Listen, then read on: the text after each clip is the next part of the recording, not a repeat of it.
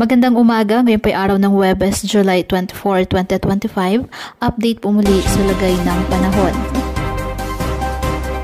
Rapid intensification o mabilis na paglakas nagaganap na kay Bagyong Emong.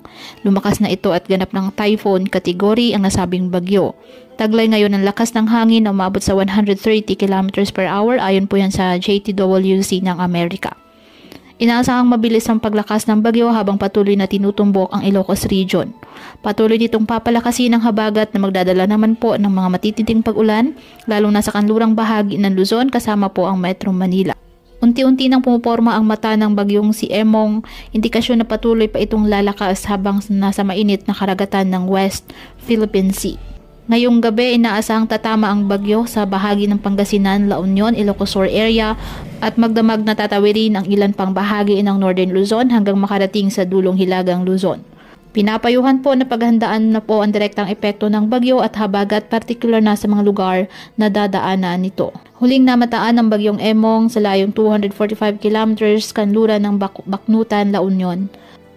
Signal number 3 nakataas po sa the northern portion of Pangasinan, western portion of La Union, habang signal number 2 naman dyan sa Ilocos Norte, Ilocos Sur, the rest of La Union, Apayao, Abra, Kalinga, Mountain Province, Ifugao, Benguet, the central portion of Pangasinan, the northwestern and western portion of mainland Cagayan, the western portion of Nueva Vizcaya.